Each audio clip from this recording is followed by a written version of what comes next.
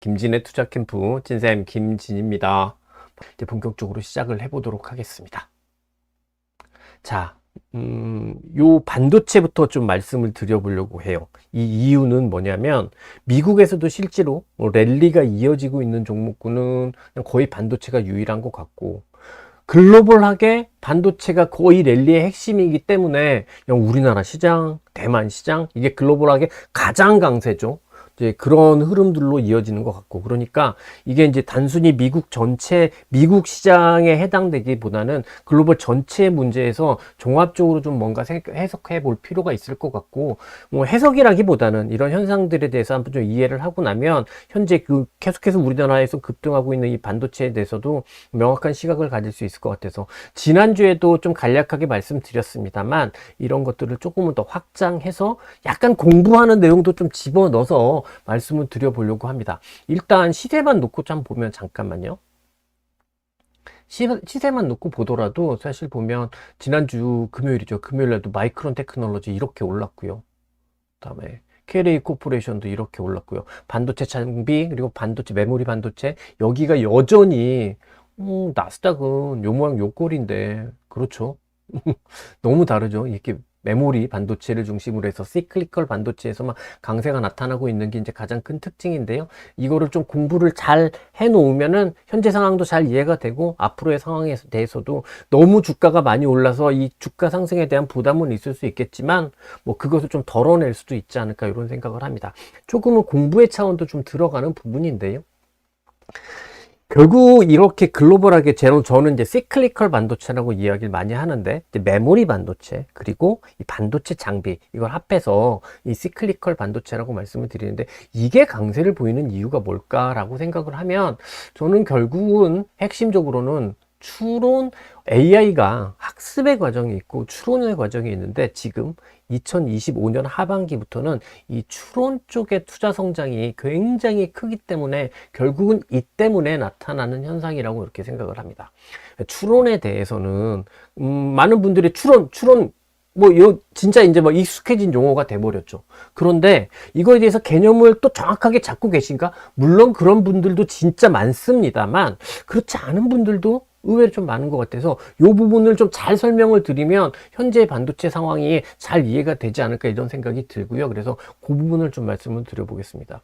우선 학습이라고 하면, 학습은 그냥 이렇게 제가 좀 쓰면서 말씀을 드릴게요. AI 모델을 만드는 과정이라고 생각을 하시면 돼요. 학습은. 반대로 이 추론의 과정은 이 학습을 마친 AI 모델이 이제 본격적으로 사용자하고 만나는 과정이다. 이렇게 이해를, 이게 말이 더 어렵나요? 실제로 이제 사용자들이 사용하는 그 단계에 있는 게 바로 추론 과정이다라고 보시면 될 것 같습니다. 그렇기 때문에요, 사실 추론 과정에서의 컴퓨팅 능력은 이 학습을 하는 학습 과정과는 이 컴퓨팅 능력이 굉장히 좀 달라지는 게 사실은 자연스러운 현상, 귀결점인 것 같아요. 무슨 말씀이냐면, 학습에서 가장 중요한 거는 GPU를 냅다 들이꽂아 가지고 사회적인 현상, 인간의 언어들을 완벽하게 이해하고 모든 정보들을 습득하고, 그러면서 언어 자체를 완벽하게 구사할 수 있는 AI 모델, 이거를 만드는 거잖아요. 그래서 GPU를 정말 여러 개 꽂아서 딥마인드의 기술에 따라서 동시에 지속적으로 반복 학습을 하는 게 바로 학습의 과정입니다. 근데 반대로 추론의 과정에서는 가장 중요한 건 뭐냐면, 사용자하고 만나는 과정이라고 말씀을 드렸잖아요. 이 사용자하고 만나는 과정이니까 실제로 사용자의 질문을 잘 이해하는 게 제일 중요한 포인트예요. 그래서 무슨 얘기냐면, 사용자의 질문에 실질적인 문맥을 이용하고 이해를 하는 게 제일 중요하고요. 그리고 사용자의 질문이 우리가 하나만 딱 단편적으로 질문하지 않잖아요. 이어서 계속해서 질문을 하지 않습니까? 이렇게 이제 사용자의 질문에 대한 실질적인 기억, 그리고 문맥 이해, 이런 게 가장 중요하고요. 또 다른 부분 중에 하나는 실시간으로 응답하는 게 되게 중요하겠죠.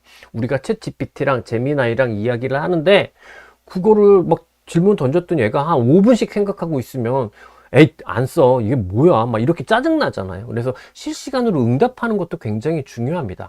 그렇기 때문에 추론 과정을 사용하는, 추론 과정이 진행되는 데이터 센터 같은 경우에는 앞서 말씀드린 대로 컴퓨팅 구조 자체가 학습을 진행하는 그런 데이터 센터하고는 기본적으로 다른 구조로 진행된다라는 점이 가장 핵심적인 특징인 것, 그러니까 차별점인 것 같아요. 그때 거기에 지난주 같은 경우 보면 TSMC가 실적 발표를 했잖아요. 근데 실적은 뭐 그냥 나온 실적은 저는 그건 늘 중요하지 않은 것 같아요. 이미 주가에 다 녹아 있는 거 아니겠습니까? 중요한 거는 이후 실적 전망을 어떻게 할 수 있느냐, 그 포인트일 텐데 계속해서 긍정적으로 2026년 실적도 전망을 제시했던 것 같고요.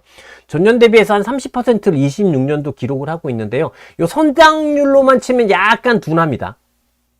성장률로만 치면 성장률은 약간 둔화되는 것 같아요. 25년보다 26년이. 하지만 이게 보면 TSMC가 3년 연속 30% 성장이니까 여전히 반도체에 대한 수요는 계속해서 커지고 있는 상황이구나. 둔화되는 상황은 아니구나라는 것을 확인할 수 있을 것 같고요. 근데 이건 TSMC의 문제인데 결국 이게 전체 반도체로 확장돼서 이해가 되려고 한다면 제일 중요한 건 또 TSMC의 캐펙스겠죠. 근데 이 캐펙스를 어떤 수준으로 정리를 제시를 했냐면 아마 다 뉴스로 들어보셨을 거예요.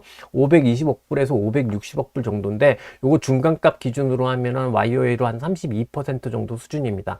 그리고 요거를 어디로 구분했냐라고 하면 여전히 7, 80%는 선단 공정, 미세 공정 가는 쪽에 투자의 증액이 있는 거고 10에서 20%가 패키징 후공정 쪽에 투입한다고 해요.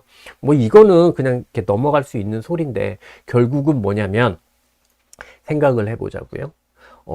반도체 장비는 누가 씁니까? 반도체 장비를 실제로 구매하는 구매하는 기업들은 누군가요? 엔비디아가 구매하나요? AMD가 구매하나요? 그렇지 않죠. 걔네들은 설계만 하는 애들이니까. 그러니 반도체 장비를 구매하는 거는 종합반도체 회사. 종합반도체 회사는 인텔, 삼성전자, 하이닉스, 마이크론 테크놀로지 같은 회사잖아요. 설계에서부터 생산 라인을 다 갖고 있는 회사. 그런 회사들이 반도체 장비의 첫 번째 고객일 거고 또 하나가 파운드리 회사일 겁니다. 근데 그 입장에서 그러면 반도체 장비 입장에서 생각을 해볼게요. 메모리 반도체 수요 증가한다고 하잖아요. 그 수요 증가가 이제는 디램뿐만 아니라 낸드까지 이어지는 상황이잖아요. 그러면 종합적인 수요 증가가 있는 거잖아요. 종합적인 수요 증가가 있으면 생산 라인을 반도체 기업들이 단합해서 생산 라인을 안 늘릴까요? 그래서 계속해서 그 가격이 치솟도록 만들까요? 절대 그렇지 않아요. 현재까지는 아직까지는 배신자가 없는 상황이지만 이 호황 국면이 계속해서 진행이 되면 반드시 배신자가 나옵니다. 그러면서 이제 가격이 다운이 되고 실질적으로 사이클 자체가 떨어지는 거거든요. 근데 아직까지 그런 리스크가 커 보이지 않는다는 거죠. 왜? 또 중요한 건 뭐냐면 수요 자체가 증가하고 있는 상황이니까. 그러면 결국은 공급을 늘릴 거니까 반도체 장비 입장에서는 굉장히 좋은 상황이겠죠. 그 상황에서 또 다르게 자신들의 반도체 장비들을 구매해 줄 수 있는 기업이 파운드리인데 파운드리에서도 캐펙스가 늘어난다라고 하면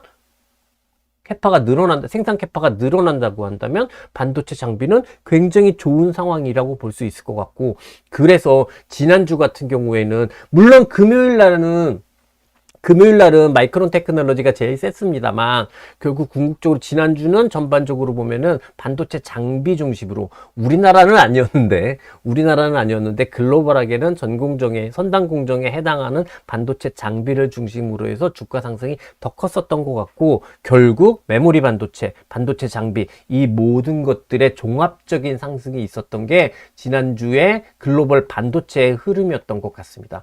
그러면 이거를 우리나라 입장에서 이렇게 딱 생각을 해보면 미국 입장에서 생각을 해보면 미국에서는 거의 유일하게 상승하는 섹터가 반도체 섹터밖에 없어 보이거든요.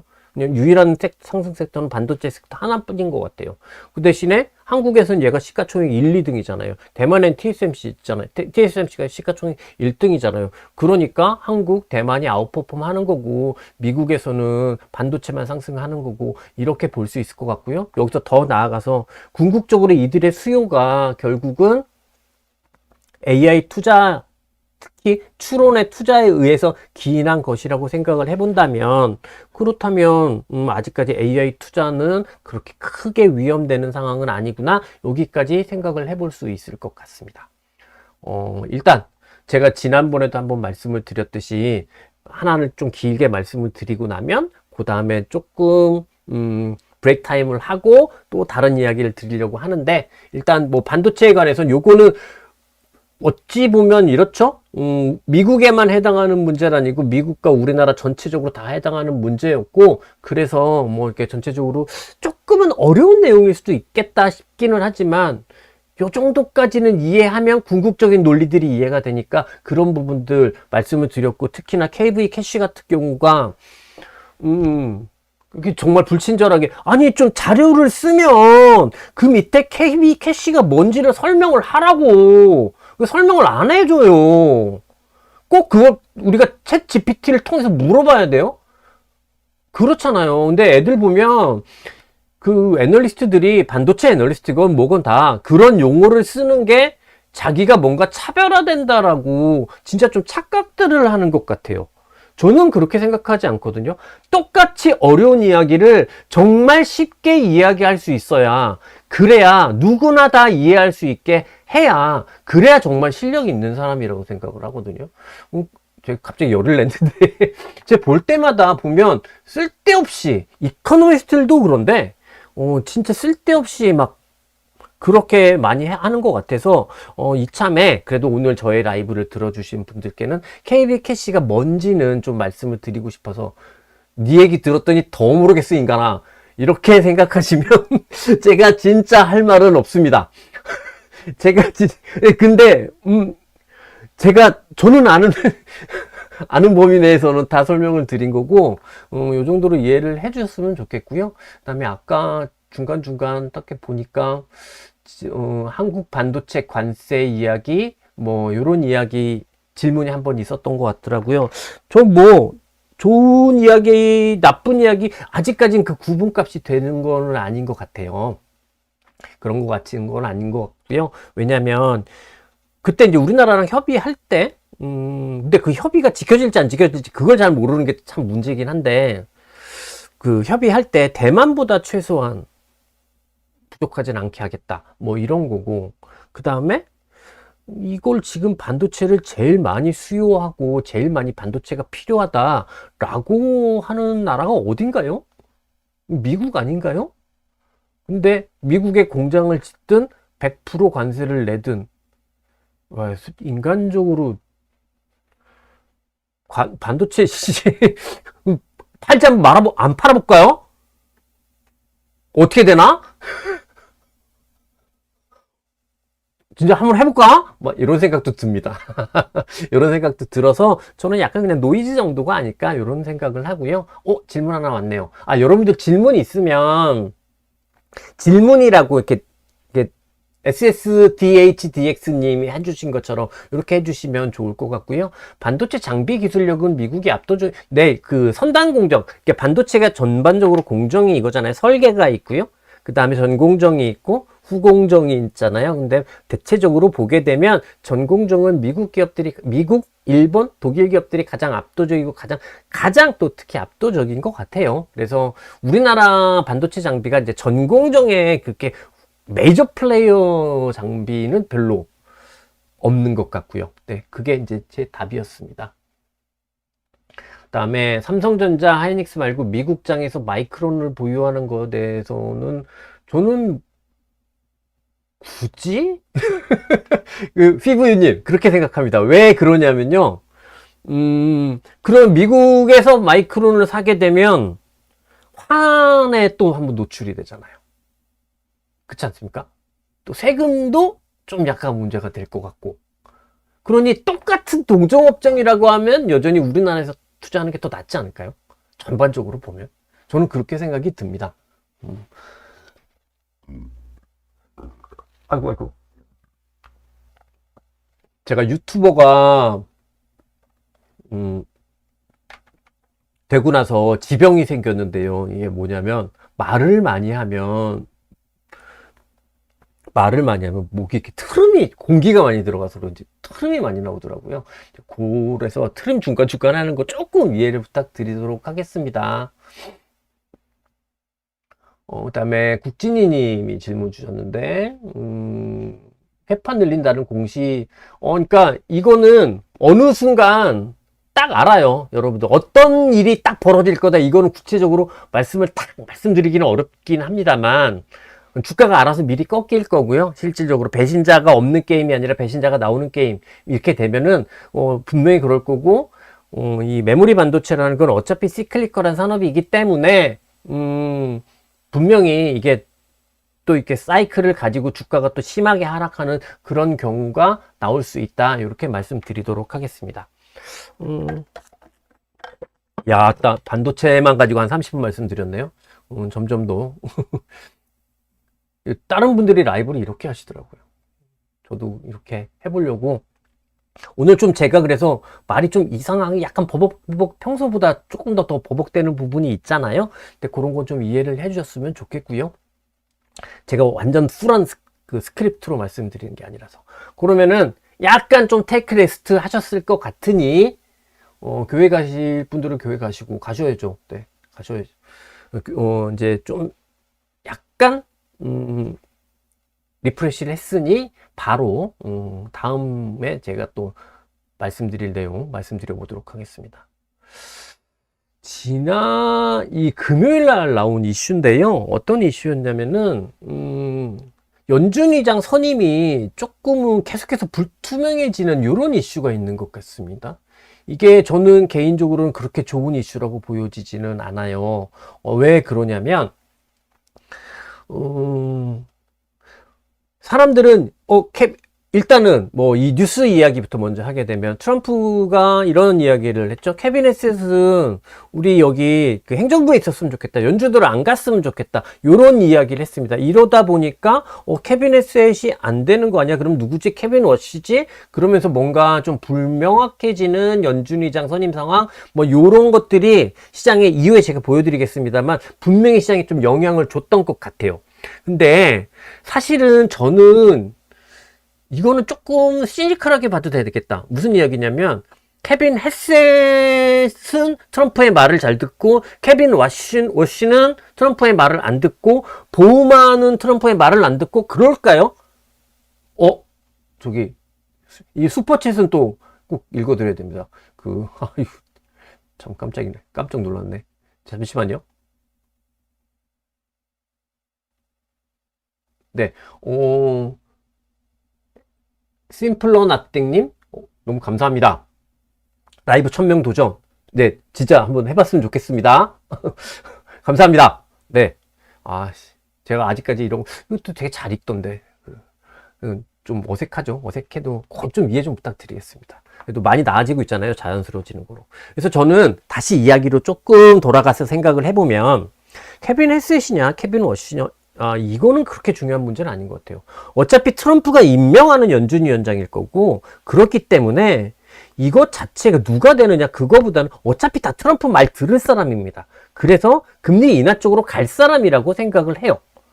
그러니 이거는 그렇게 이것 자체, 케빈 헤셋이 아니라는 것 자체, 이게 조금 더 리스크다, 이렇게 보기는 좀 어렵고요. 대신에 제가 조금 생각하는 부분 중에 하나는 뭐냐면, 사실 원래 예상은 2025년 말쯤에 이미 새로운 연준위원장이 선임이 되고, 1월, 2월 달쯤 됐을 때는 그림자 위원장이 돼서, 파월은 사실은 헤게모니가 사라지고, 이러면서 실질적으로 2025년 말에 선임되는 연준위원장 체계로 자연스럽게 넘어가는 과정, 그 속에서 조금은 더 완화되는 통화정책이 더 지배적인 이론이 되는 과정, 이런 것들을 예상하고 있었잖아요. 그런데 지금 벌써 1월 중순이 넘어감에도 불구하고, 원래 예상은 12월 중에 새로운 연준위원장을 선임하는 거였는데, 이게 지금 벌써 1월 중순으로 넘어가고 있는데, 그러니까 당초 예상보다 선임이 빠르게 안 되는 게, 그게 조금은 더 불확실성 변수라고 생각을 하고, 새벽에 지난 금요일 날 케빈 하셋에 대해서 요런 이야기 한 것도, 케빈 하셋이면 더 완화적이고 케빈 하셋이면 더 매파적이고 이래서가 아니라, 결국은 왜 생각보다 이렇게 불확실성 변수의 기간이 늘어나지, 불확실한 기간이 늘어나지, 이제 이거에 대한 리스크들이 조금은 나타나는 것 같습니다.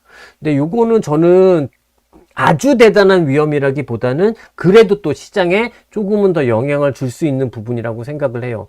최근에도 그렇고 트럼프 정부의 가장 큰 특징 중에 하나가 불확실성이 많다라는 건데, 또 이런 것조차 불확실성이 조기에 제거가 되지 못한다라는 것은 왜 그러는지를 모르겠는데 분명히 실망적인 부분이라고 생각을 하고, 실망스러운 시장의 입장에서, 저 개인적인 거 말고요. 시장의 입장에서는 좀 실망적인 행보라고 생각을 하고, 이게 왜 그런지 모르겠습니다. 최근에 뭐 중앙은행 독립성 관련해서 여론이 올라와서 이런 이야기를 하는 건지. 근데 그럴 거면 파월 잡아가라고 그걸 하지 말든가.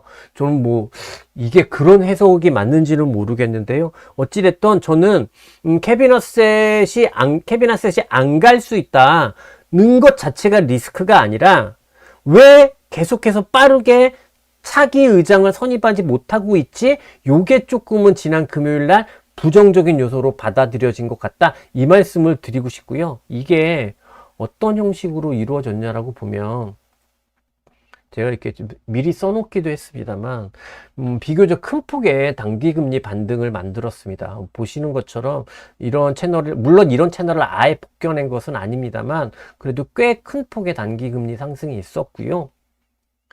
단기금리 상승만 있었던 게 아니라 이렇게 장기금리도 그동안 최근 보면 이렇게 되게 좁은 범위 내에서 이렇게 막 움직이는데, 가장 부정적으로만 생각을 해보면 이게 이제부터 변곡점인가?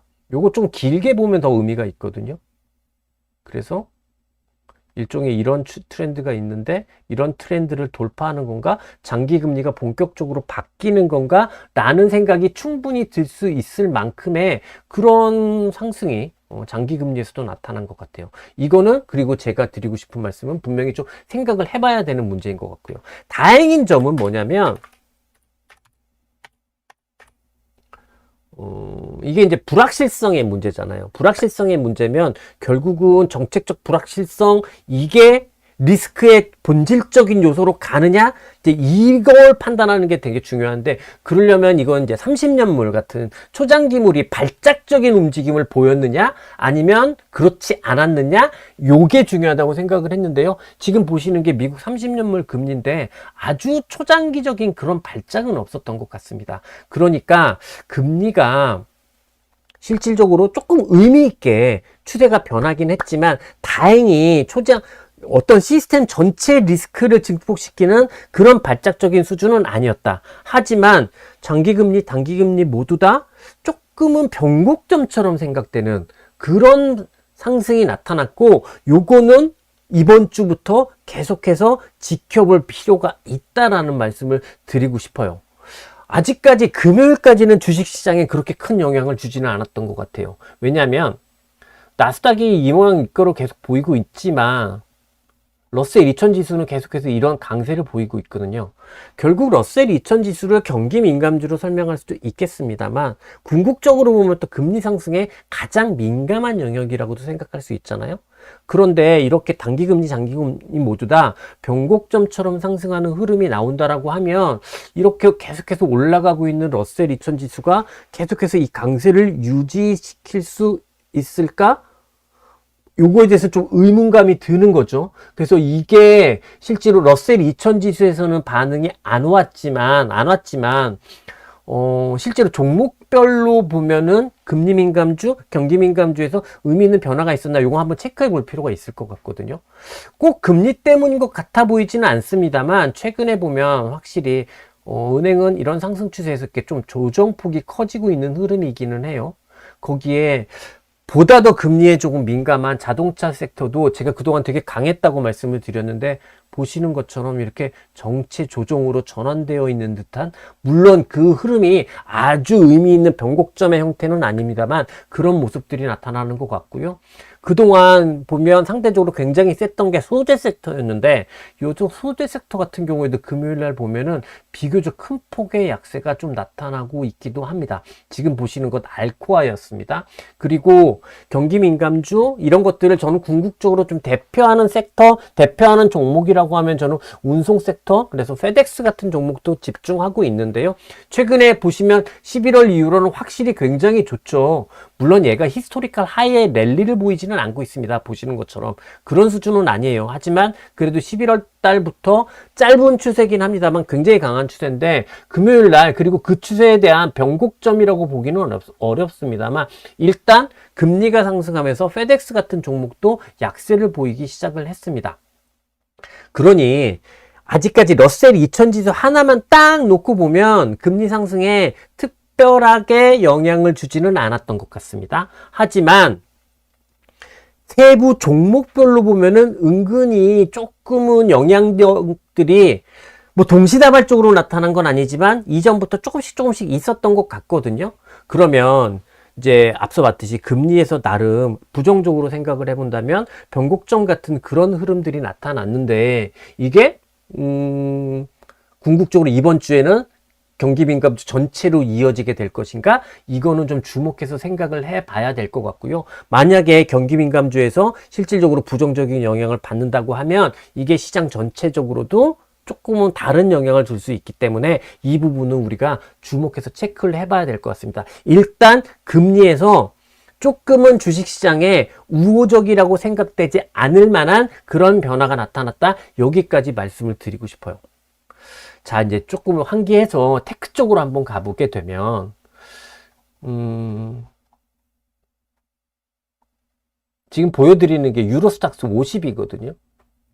이게 유로스탁스 600입니다. 랠리죠. 누가 봐도 랠리입니다. 근데 미국 지수 나스닥은 박스권이에요. 정체입니다. 다 아시고 계시는 문제예요. 그러면 우리나라 뭐 11일 연속 고가잖아요. 엄청 강한 상황인데 보면은 나스닥이 확실히 약해요. 약한 이유가 뭘까? 이제 실질적으로 딱 생각을 해보면 지난주에도 말씀을 드렸듯이 결국은 시가총액 큰 빅캡들이 약세인 것 같습니다. 보시면 애플 이거 지금 5일선 이하입니다. 지금 저는 뭐 사실 5일선이라는 거 기술적으로 제가 뭔가 그렇게 중요하다 뭐 이렇게 생각한 기술적 분석이 그렇게 중요하다 이렇게 생각하진 않습니다만 애플 지금 5일선 타고 내려가는 주식이거든요. 마이크로소프트 마찬가지 5일선 타고 내려가는 주식입니다. 아마존은 그 정도 수준은 아닙니다만 뭐 실제로 추세가 없죠. 그냥 알파벳만 그나마 랠리가 이어지고 있는 상황이고 메타도 5일선 타고 내려가고 있습니다. 이거 명확하게 아주 강력한 하락 추세라고 얘기할 수는 없겠지만 5일선 타고 내려가고 있는 주식이에요. 오라클도 그렇습니다. 근데 이렇게 빅테크만 그런 게 아니라 실제로 보면은 반도체에서도 엔비디아 보면 이게 박스권이잖아요. 이게 앞서 봤듯이 마이크론 테크놀로지 이러고 있는데 엔비디아 이러고 있단 말이죠. 그러니까 이렇게 시가총액이 큰 기업들이 정말 이렇게 부진하면서 나스닥의 부진 상태가 나타나고 있는 것 같고 이들의 부진 형태가 지금 형태가 어쩌죠? 앞에서 쭉 봤듯이 상승 추세인데 예를 들어서 알파벳처럼 상승 추세인데 이렇게 일시적으로 조정을 받냐? 요게 아니잖아요. 추세 자체가 오히려 하락 추세에 더 가까운 흐름들의 종목들이 더 많은 거잖아요. 이게 그러니까 이런 형태로 나타나다 보니까 이제 궁극적으로 나스닥이 부진이 있는 것 같습니다. 그러면 이게 형태는 그렇다고 치고 그럼 왜 이런 내용이 생길까라고 생각해 보면 저는 요것도 우리가 앞서 반도체를 이야기했던 부분으로 끌고 와서 논리를 생각해 볼 수 있을 것 같아요. 왜냐하면 마이크로소프트, 아마존, 뭐 구글, 메타 뭐 그다음에 엔비디아 이런 기업들의 가장 큰 공통점이 뭘까요? 이 기업들은 대부분 다 AI 학습 투자에서는 아주 막강한 경쟁력들을 갖고 있는 기업이죠. 어느 모델을 갖고 있다거나 어느 모델에 대한 하드웨어에서는 가장 우위에 있다거나 그래서 실제로 AI 투자가 학습을 중심으로 전개될 때 그때는 M7이라고 해서 얘네들만 올랐던 거죠. 근데 지금 AI의 투자의 방향이 학습이 아니라 추론으로 가 있잖아요. 근데 이 추론으로 가 있다는 건 뭐냐면 데이터 센터의 위치도 되게 분산화될 거고 데이터 센터의 규모도 굉장히 조금 작아집니다. 그러다 보니까 실질적으로 수혜 영역이 조금은 갈리는 것 같고요. 이게 결국은 빅테크의 지금 궁극적인 부진으로 이어지고 있는 게 아닌가. AI 학습으로만 진행될 땐 얘네들이 완벽한 헤게모니를 갖고 있었기 때문에 강세였지만 지금 투자 자체가 AI 학습이 아니라 학습도 물론 학습 투자가 끝난 거 아닙니다. 여러분 AI 학습 투자가 끝났다고 하면 아마 나스닥은 막을 내릴 거예요. 저는 그건 그렇게 생각해요. 학습 투자가 끝났다는 게 아니라 이 투자의 성장률이 추론이 더 커지다 보니까 추론에 더 수혜를 받을 수 있는 영역들의 종목들이 확산되다 보니까 빅테크가 이런 부진에 빠져 있는 게 아닌가라고 생각이 들고요. 근데 요 형태 자체가 앞서 우리가 지금 마이크로소프트에서도 보고 있듯이 굉장히 비추세적인 형태잖아요. 구글처럼 상승 추세 내에서의 일시적인 흐름이 아니라 굉장히 비추세적인 흐름이기 때문에 미국이 언젠가는 무조건 좋아질 거야. 지수상으로, 나스닥 지수상으로. 그러려면 뭔가 이 빅테크에서 현재한 주가 변화가 있어야 할 것 같다라고는 생각할 수 있을 것 같고요. 근데 비단 여기뿐만의 문제는 아닌 것 같습니다. 사실 보면 이런 빅테크만 부진하지만 랠리는 우리 앞서 봤듯이 반도체는 정말 뚜렷한 랠리잖아요. 근데 이 반도체가 이렇게 랠리를 보이고 있다는 이야기는 추론 쪽으로 투자가 계속되고 있다는 이야기입니다. 추론 쪽으로 투자가 이어지고 있다면 거기에 좀 묶이는 종목들은 반도체 장비들, 반도체 주식들처럼 같이 한번 묶여서 랠리를 보여주면 그나마 나스닥이 셌을 텐데 보시는 것처럼 이게 지금 시스코인데요. 이게 조정 상태, 상승 기조가 꺾이지는 않았죠. 상승 기조가 꺾이지는 않았다고 보는데 실질적인 종합적인 랠리가 있지는 않은 것 같아요. 그게 AI 인프라에서 생각을 해보면 뭐 이렇게 컨스텔레이션 에너지 뭐 이런 식으로 이렇게 원전 같은 경우에도 특별한 흐름이 없는 것 같고, 그다음에 버노바를 보더라도 상승입니다만 사실 12월 달부터 이 버노바는 주가 상승이 없는 거잖아요. 그렇다 보니까 무슨 이야기냐면 결국은 반도체는 랠리를 보이고 있는데 반도체가 랠리를 보이면 따라오를 만한 종목들이 분명히 내용적으로는 있는데 그런 종목들이 따라오르지 못하고 여기에 빅테크는 부진하고 이런 것들이 다 합쳐지면서 그러면서 이제 나스닥이 실질적으로 계속해서 부진한 상태인 것 같다라고 볼 수 있겠습니다. 근데 제가 너무 안 좋은 측면으로만 이렇게 말씀을 드렸는데 실제로 그렇다고 해서 미국 시장에 지금 투자를 하고 있는데 돈이 안 되느냐라고 생각하면 그렇지는 않아요. 은행주가 부진해도 또 이렇게 IB 성격의 골드만삭스 같은 경우에는 고가 갱신의 흐름들로 이어지고 있고요. 그다음에 또 하드웨어에서 뭐 인프라 쪽에서 부진하다 이렇게 얘기해도 캐터필라 고가 갱신인 거고 컨빈스 같은 발전기 업체도 고가 갱신입니다. 그러니까 미국 시장에서 나스닥이 되게 답답하지만 이거 뭐 되게 작은 일부만 올라가는 거 아니야 이렇게 생각하실 수 있지만 반도체가 그렇게 세잖아요. 반도체 싹 다 오르잖아요. 그렇게 보면 여전히 고가 갱신을 하면서 랠리를 보이는 종목이 있기 때문에 지수보다는 조금은 더 돈이 많이 되는 그런 미국 시장이다. 아직까지 그렇게 부정적이다라고 볼 수는 없을 것 같고요. 다만 요게 다른 나라보다는 훨씬 더 강력한 형태로 종합적인 형태로는 올라가지 못하고 있다. 그냥 이렇게 정리해도 될 것 같아요. 특히나 금요일 같은 경우에는 월요일날 미국 시장이 휴장이잖아요. 고영향 월요일날 휴장이면은 놀러 가야죠. 놀러 가야죠. 그러니까 그런 영향도 좀 있지 않았나 이런 생각이 들고요. 그래서 이제 전체적으로 미국 시장 정리를 해보도록 하겠습니다. 우선은 조금 부정적이고, 그러니까 제가 이런 이야기를 딱 먼저 말씀을 드린다고 해서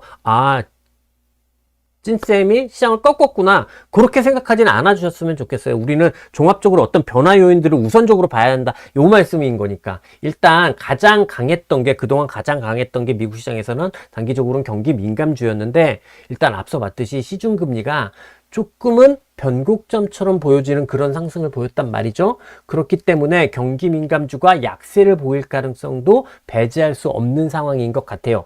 그러면 이번 주 같은 경우 어디에 체크를 해봐야 될까요?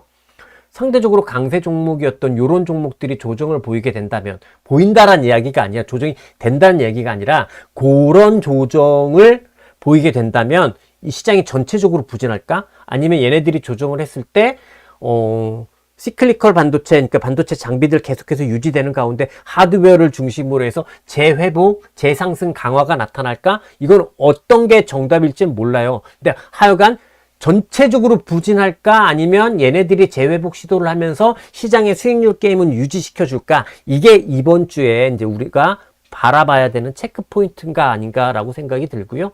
말씀드렸던 대로 제가 부정적인 요소로 좀 많이 말씀을 드렸습니다만, 우리가 마이크로소프트를 투자하지 않고 애플을 가지고 있지 않고 메타를 많이 가지고 있지 않고 미국 시장을 투자한다고 한다면 여전히 돈이 되는 증시거든요.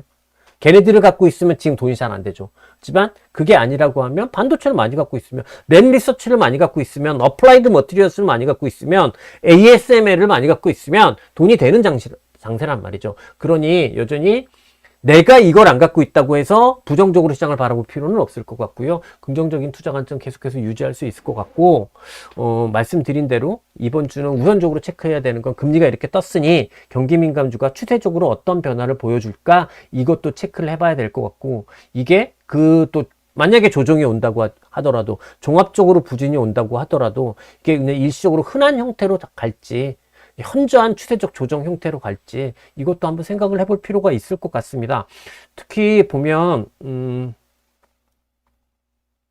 이슈가 또 갑자기 뭐 하나 생겼잖아요.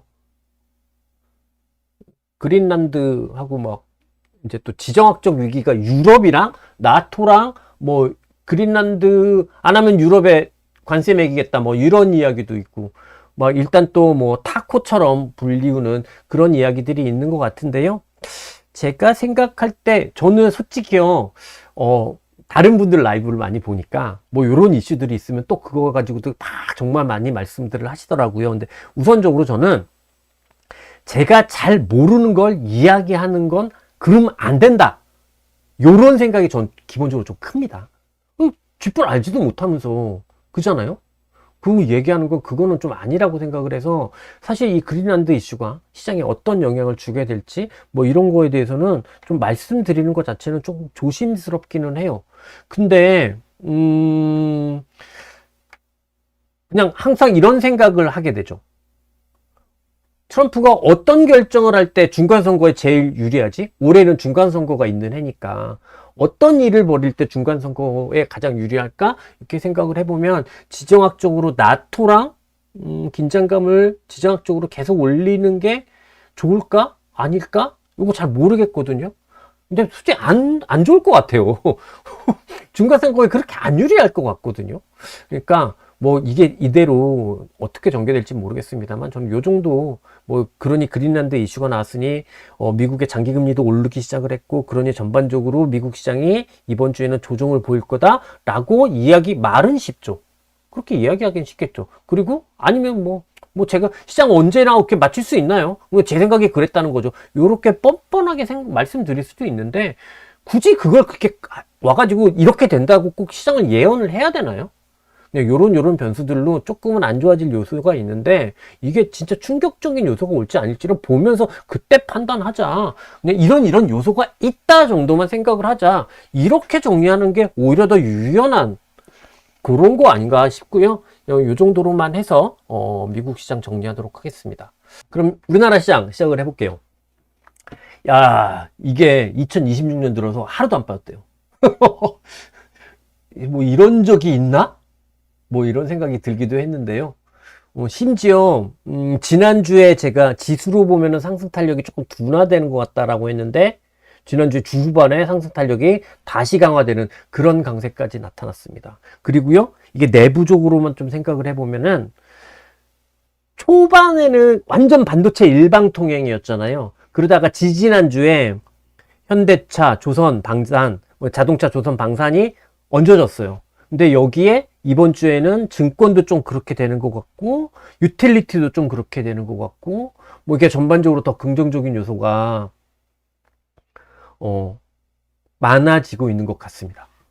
근데 요거에 대해서 조금은 좀 공정을 맹장하는 이야기가 될 수도 있겠습니다만, 하나 또 말씀을 드리고 싶은 부분이 있어서 말씀을 드려보겠습니다.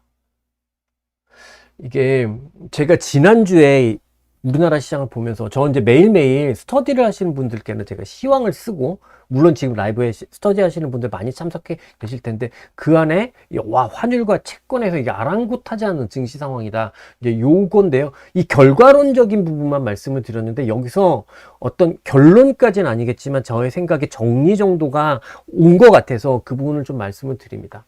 우선 지난주 주중이었죠. 스캇 베센트가 이게 원화가 이렇게 올라가고 있는 거 좀 그래요. 요런 이야기를 하면서, 환율 잠깐 보고 갈까요?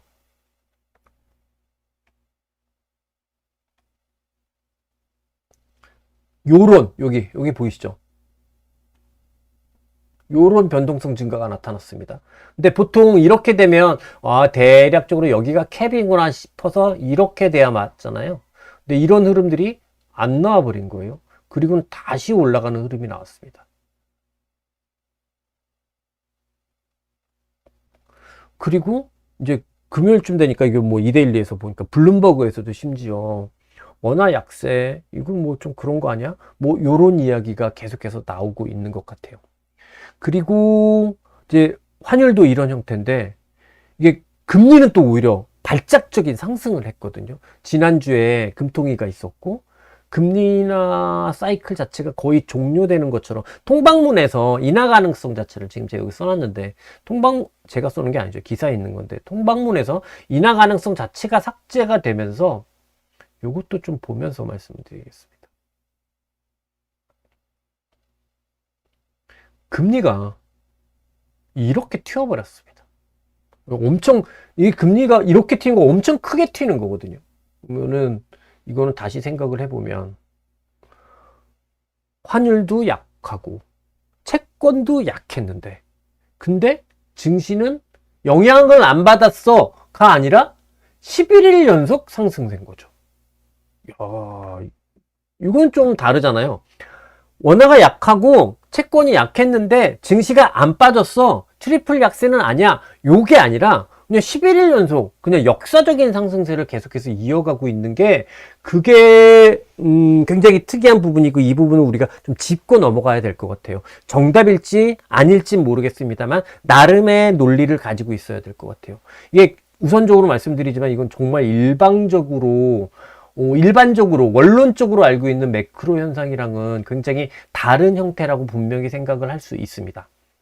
근데 주식시장보다 채권시장이 더 크고 환율시장이 더 크기 때문에, 원화가 이렇게 약세고 채권이 이렇게 약세라고 한다고 하면 뭔가 우리나라의 매크로 펀더멘탈상으로 크게 문제가 있는 거 아니야? 이렇게 생각할 수 있잖아요. 근데 우리나라의 기본적으로 최근에 가장 뭐라고 해야 되죠?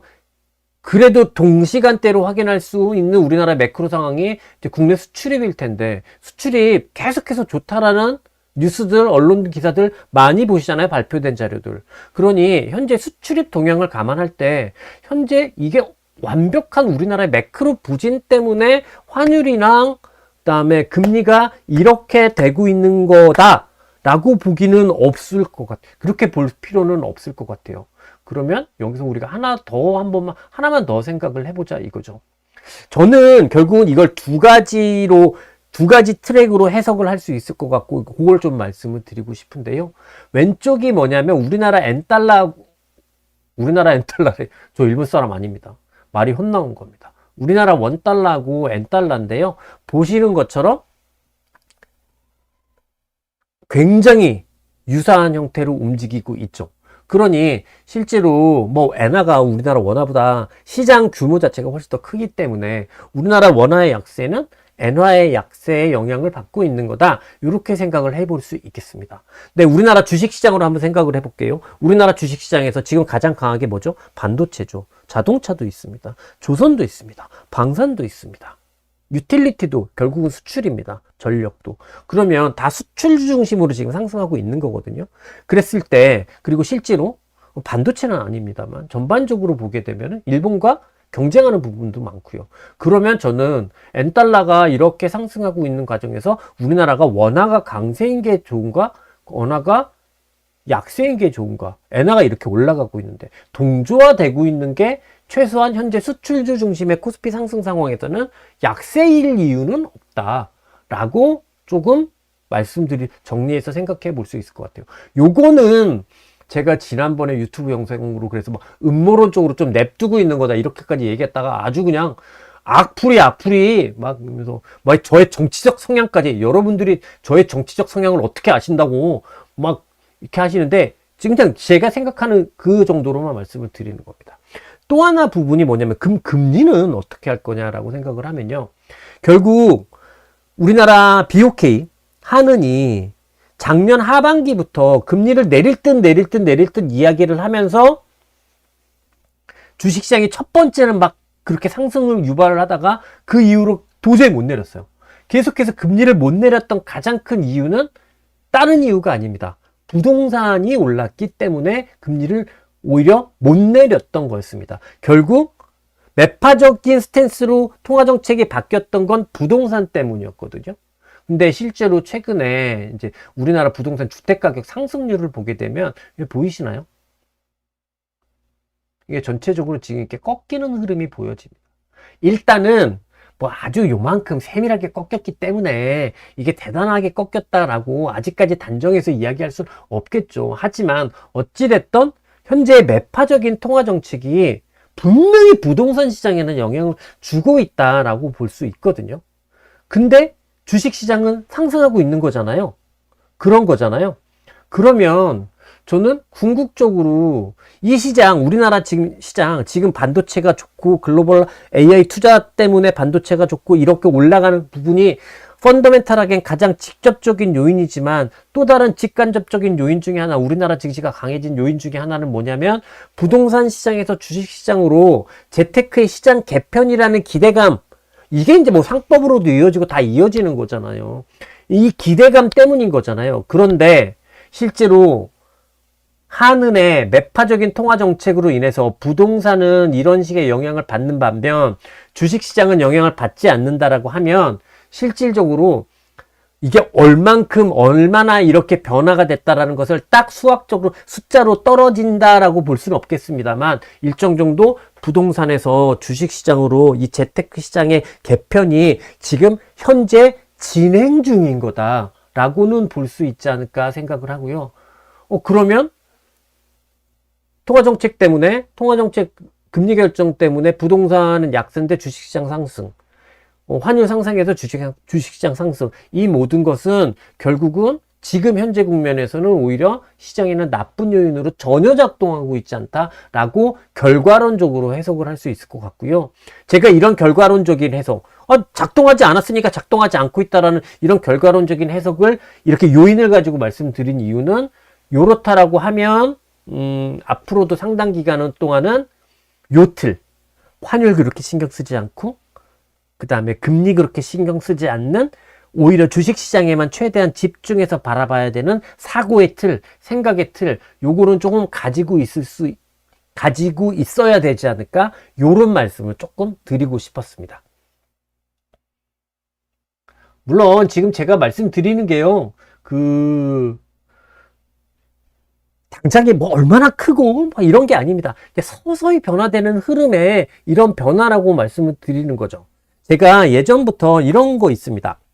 이런 이야기 많이 했던 건데요. 오토바이하고 비행기를 조정할 때 이게 너무 다르거든요. 오토바이는 이렇게 꺾으면 바로 꺾여요. 근데 비행기는 꺾잖아요. 그러면 비행기가 갑자기 확 돌지 않습니다. 이렇게 천천히 꺾입니다. 이제 그런 식으로 보통 어떤 정책에 관한 거는 오토바이처럼 바뀌는 게 아니라 비행기처럼 바뀐다고 생각을 하거든요. 그러니까 이걸 가지고 너무 막 단기에 막 해석할 건 아닌 것 같고, 저는 이런 말씀을 드리는 건 이런 큰 틀의 변화 과정들은 우리가 머릿속에 넣고 있으면 단기적으로 흔들릴 때도 뭔가 큰 틀의 변화가 없다라고 하면 조금 덜 흔들릴 수도 있고 오히려 버텨낼 수 있는 힘이 생기는 거니까 이렇게 말씀을 드리는 겁니다. 자, 그러면 이제 우리나라 시장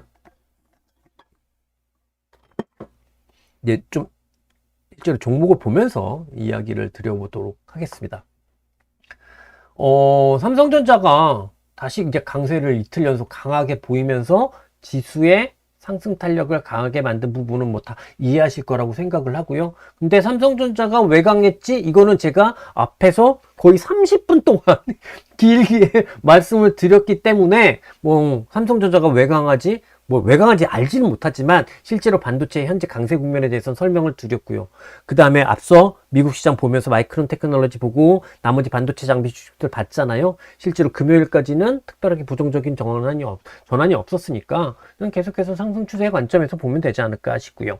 근데 저는 여기서 더 지난주에 우리나라 시장에 조금 더 긍정적인 흐름이라고 생각한 부분은 뭐냐면, 지지난주에 이 자동차가 오르기 시작을 했잖아요. 근데 제가 그때 말씀드린 게, 이거는 자동차 하나로도 좋지만 시장 전체적으로도 좋은 시그널이다. 그 전까지는 완전 반도체 일방이었는데 이렇게 상승 종목이 추세적으로 올라가는 종목이 늘어나는 거는 시장 전체적으로 좋다. 이런 말씀을 드렸고, 지난주에 이 자동차는 보시는 것처럼 상승 추세에 대한 훼손 없이 계속해서 이어지는 모습이었습니다. 그리고 자동차만 그랬던 게 아니라 앞서 지난주에도 잠깐 말씀을 드렸는데, 방산에서도 똑같은 흐름이 나타났던 것 같고 조선에서도 똑같은 흐름이 나타났으며, 그러면서 이 조선과 방산의 추세가 바뀌는 흐름들이 없었던 거죠. 근데 이건 지지난주까지 흐름이고 이게 지난주까지 이어졌는데, 여기에 지난주에 보면은 조금 더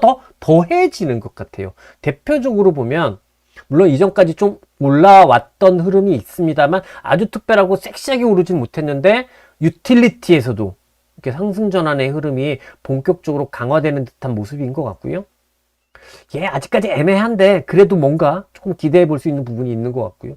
이렇게 유틸리티만 이렇게 전개가 되고 있는 게 아니라 금융에서도 보시면 아주 뚜렷하지는 않습니다만 지금 이제 종가상으로 한국금융지주 같은 경우 종가상 고가 갱신이거든요. 이렇게 봐도 우리 뭐 기술적 분석 이거 뭐 잘 못해도 딱 이거 보면 어떤 느낌 드세요? 이제 올라가기 시작하네. 상승 전환이네. 일단 기대해 볼 수는 있잖아요. 물론 이렇게 해보자 하고 이거 빠지면 뭐 할 말 없겠습니다만, 일단은 딱 보면 시작인데? 시작인 건가? 뭐 이렇게 생각할 수 있지 않습니까? 그러면 이걸 좀 생각을 해보면 결국 상승 추세 전환 종목군들이 더해진 거죠. 더해진 거죠. 물론 이게 저는 오히려 더 이제 이 부분을 긍정적으로 해석하고 싶은 부분 중에 하나가, 모든 종목들이 다 올라가는 건 아닌 것 같습니다. 보시면 2차 전지 여전히 부진하거든요. 그다음에 소재 여전히 실질적인 추세가 나타나지 못하고 있습니다. 대중국 비즈니스 관련한 주식들도 여전히 추세적으로 부진해요. 그렇다라고 하면 이거를 딱 정리해서 말로 설명을 해보자라고 하면, 현재 국면 반도체, 유틸리티, 그 다음에 빼먹은 주식이 잠시만요. 네. 삼성전기 뭐 이렇게 글로벌 AI 투자와 관련한 주식들이 이제 기본적으로 상승을 보여주고 있는 가운데, 근데 특히 이전까지는 반도체 일방의 상승이었었는데 이게 지난주에 자동차, 방산, 조선으로 확산이 됐고요.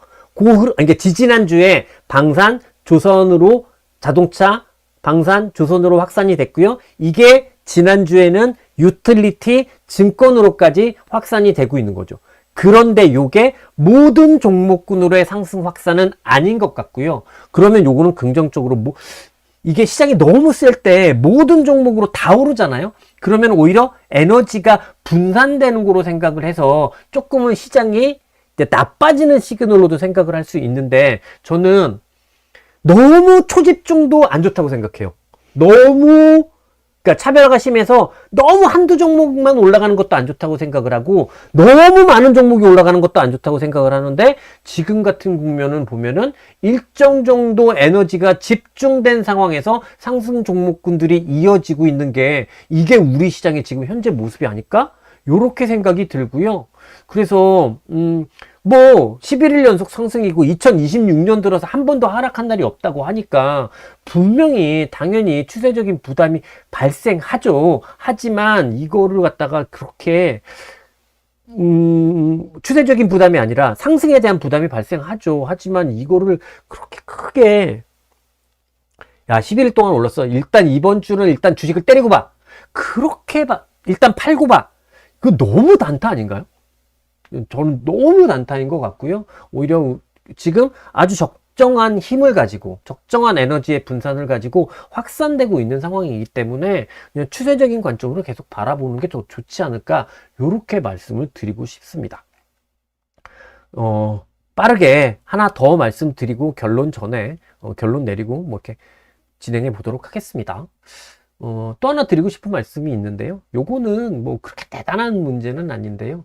지난주에 이제 금요일이었죠. 지난주 금요일 날. 이제 우리나라 국가 독자 AI 파운데이션 모델 1차 단계 평가가 발표가 됐고, 여기에서 네이버하고 NC는 떨어지고, 지금 이렇게 써 있는 대로 SK텔레콤, LG, AI연구원, 그리고 업스테이지, 이제 여기가 뭐 통과를 하고 이제 2단계로 진출했다라는 과기정통부의 발표가 있었습니다. 요거 때문에 이제 장중에 막 LG그룹 아주 그냥 난리가 났었죠. 우악 하고 막 우르고 막 난리가 났었는데요. 요거에 관해서는 저의 지극히 논란이 있을 수 있습니다.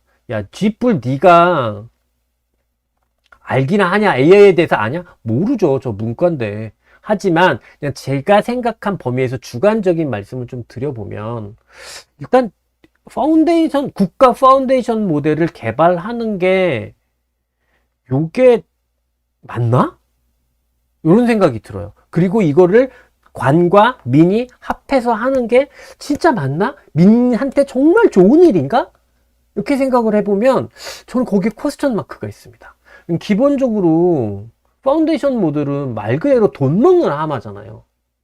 그래서 실제로 AI라는 게 비즈니스로 구조로 생각을 해보면, 오늘 진짜 학습과 추론 이야기 정말 많이 하는데요. 학습은 학습 개발, 학습 과정은 투자의 개념이고요. 추론 쪽에서 돈을 버는 과정이 있거든요. 근데 지금 우리는 이제 이 투자 쪽을 진행을 본격적으로 파운데이션 모델이라는 게 뭐냐면, 언어 모델을 넘어서는 이제 언어 모델에서 시작을 해서 언어 모델을 넘어서서 실질적으로 뭐 AI 에이전트건 피지컬 AI의 기본이 될 수 있는 AI 모델을 우리나라에서 독자적으로 만든다라는 건데, 이건 그걸 만드는 비용 자체가 여러분 다 아시잖아요. 이게 진짜 말도 안 되는 천문학적인 수준이란 말이죠. 근데 그래도 이런 비용을 빠르게 막 들이면 따라갈 수 있나? 이렇게 타닥 하고 이제 이 선도 업체를 우리가 추격할 수 있나? 라고 하면 사실 그것도 아니거든요. 실제로 지금도 기술 격차가 너무 심한 것 같습니다. 한 달 전쯤이죠. 한 달 전쯤에는 제미나이 3.0 그리고 챗 GPT 5.2 발표했을 때, 요때 파라미터, 결국은 이제 파라미터가 뭐 절대적인 건 아닙니다. 매개 변수가 뭐 어떤 수준으로 추론이 됐냐면 10조 개 이상이다, 이렇게 발표가 됐었거든요. 발표된 거 공식 발표는 아니고 시장의 추론이었었어요. 근데 요번에 1단계 통과한 우리나라 국내 모델이 지금 뭐냐면 파라미터 개수가 한 2천억 개 정도로 발표가 됐거든요. 한쪽은 10조 개예요. 한쪽은 2천억 개입니다. 아직까지는 격차가 진짜 따라가기 쉬운 수준은 아니다라고 말씀드릴 수 있어요. 물론 야, 너 이거 진짜 쌍팔년도 소리다. 너 매개분수 큰 게 그게 모델 성능을 100% 결정하진 않나. 맞는 말입니다. 근데요, 또 제가 아는 범위로 말씀을 드리면, 결국은 효율화를 추구할 거거든요. 근데요, 이 효율화는 누가 제일 효율화를 추구할 수 있냐면, 이렇게 대규모 모델을 가지고 대규모로 데이터를 굴려본 애들이 매개 변수를 줄일 수 있는 거지, 처음부터 개발할 때부터 매개 변수를 줄여서 개발을 하면 성공하지 못할 가능성이 더 높다라는 게 또 제가 알고 있는 AI의 상식 중에 하나입니다. 그러니까 사실 그게 참 맞나 싶어요. 그래서 정부하고 민간이 협력을 해서 국가의 독자적인 AI 파운데이션 모델을 구축한다고 한다면, 이 방향으로 계속 간다고 한다면 해당 민간 기업 같은 경우에는 계속해서 정말 투자에 대한 부담이, 이게 진짜 위험으로도 노출될 수도 있다 라고 생각을 하고요. 반대로 이 방향이 지금은 꼭 이쪽으로 가고 있는데, 우리나라 꼭 그렇지 않거든. 우리나라 되게 정부 정책도 굉장히 유연하잖아요. 그게 아니라 이렇게 살짝 틀어져 가지고, 그게 아니라 오픈소스 기반으로 지금 있는 파운데이션 모델을 가지고 와서 우리는 추론과 운용을 중심으로 해서 국가 AI 인프라를 구축하겠다. 요렇게 딱 방향을 틀어버리잖아요. 지금 제가 알고 있기로 중동은 그렇게 하고 있습니다. 중동은 그렇게 하고 있고 유럽도 그렇게 하려고 해요. 그 식으로 딱 틀어버리잖아요. 그러면은 이 국가 파운데이션 모델에 참여한 요 기업들이 일종의 국가의 표준 운영 사업자가 될 수 있기 때문에 이거는 또 대단한 지위로 바뀔 수도 있습니다. 그러니 금요일날 같은 경우 막 LG그룹주도 락 올랐다가 락 빠지고 막 이런데 요거가 단기적으로는 조금 생각할 거리가 많고 실제로 제 기준에서는 파운데이션 모델 개발 쪽으로 가면 오히려 조금 더 부정적이라고 생각하고 싶고 오히려 이거를 추론과 운용을 중심으로 한 소브린 AI 쪽으로 방향을 튼다고 하면 이 기업들 모두 다 굉장히 유리한 포지션에 갈 수 있다. 이러니 계속해서 우리나라가 지금 국가적으로 이 AI 사업 방향을 어떻게 잡아가고 있는지 이걸 잘 볼 필요가 있다.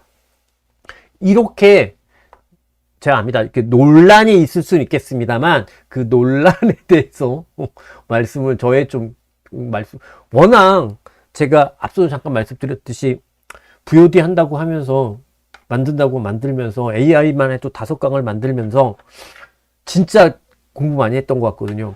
우리나라에 AI 애널리스트가 없잖아요. 반도체는 반도체 시각으로 AI를 보고 유틸리티는 유틸리티 시각으로 AI를 봅니다.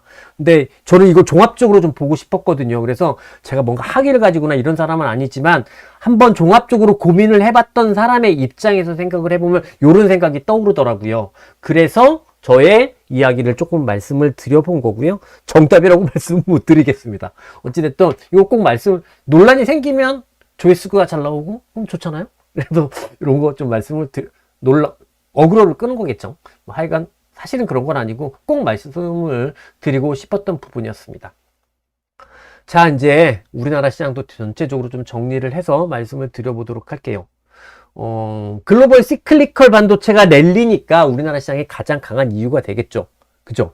그래서 글로벌하게 시클리컬 반도체가 강한 랠리를 보여주고 있는 가운데 앞서 말씀드렸듯이 우리나라는 내부적으로 보면은 더 건전해졌던 게 지난주까지의 흐름이었던 것 같습니다. 왜? 내부적으로 상승 종목군들이 적당한 수준으로 확산됐기 때문에 너무 많이 확산되면 오히려 좀 더 부정적인데 적당한 순서대로 확산되고 있었기 때문에 그렇기 때문에 좀 긍정적인 흐름, 긍정적인 내부 흐름을 가진 상황에서 보시는 것처럼 진짜 역대급 상승 상황을 보여주고 있는 게 현재 상황인 것 같아요. 글로벌 반도체 상승 기조는 금요일까지는 확연히 됐던 상황이고요. 이거 제가 계속 여기 써 있는 거 차별화 이건 긍정적인 해석 요인이다. 이거는 그냥 안 보셔도 될 것 같고요. 그러면 현재 우리나라 시장에서 부담 요인은 뭘까라고 생각하면 연속 상승 부담 외에는 실질적으로 추세적으로 우리나라 구조에서만 놓고 본다고 하면 악화 요소는 없지 않나라고 생각을 합니다. 노이즈가 있을 수 있죠. 노이즈가 있을 수 있습니다. 앞서 잠깐 말씀도 드렸듯이 러트닉이 우리나라 100% 반도체 관세 내든가 아니면 미국에 투자하든가 그 미국이 유리한 게임이 아닌 걸 지들도 알고 우리나라도 알아서 그리고 시장도 제가 아는데 시장이 모르겠습니까? 그래서 그거는 대단한 리스크처럼 느껴지지는 않고요. 그러면은 그냥 일단은 추세적 악화 요소가 아직까지는 보이지 않고 또 새로 생겨날 요소가 있다고 하면 그때 고민하면 되지 않을까 싶고 현재까지의 상황에서 생각을 해보면 연속 상승 부담 외에는 특별한 부담 요인은 없는 것 같아요. 근데 여러분들께서 연속 상승 주식은 늘 오르지 않잖아요. 그럼 빠질 수 있지 않습니까? 그러니 이번 주 같은 경우에는 너무나 쉽게 하락, 조정, 요런 거를 생각하실 수 있습니다. 그래서 이번 주 좀 팔아봐야지 요렇게 생각하실 수도 있는데요. 야, 그걸 그렇게 하는 게 맞나? 그거 너무 주식 투자 어려운 거 아닌가? 이렇게 생각을 합니다. 제가 이걸 가지고 여러분들과 진짜 공유를 하고 싶다 이런 생각을 했는데요. 이런 거 같아요. 이게 너무 전형적인 것 같은데 여기서 사고 여기서 팔고 여기서 사고 여기서 팔고 여기서 사고 지금 여기서 파는 걸 기대하는 거잖아요. 주식, 이 차트 현대차가 너무 뚜렷해 보여가지고, 제가, 근데, 와, 그걸 노리면 이번 주에 팔아야겠죠. 판다라는 의사결정이 가능하겠죠. 근데 제가 여기서 사고 여기서 팔고 여기서 사고 여기서 팔고 여기서 사고 여기서 파는 거를 원하세요? 라고 하면 여러분들께서 에이 그걸 어떻게 해요? 라고 많이들 생각하세요. 대부분 그렇게 대답하세요. 그죠?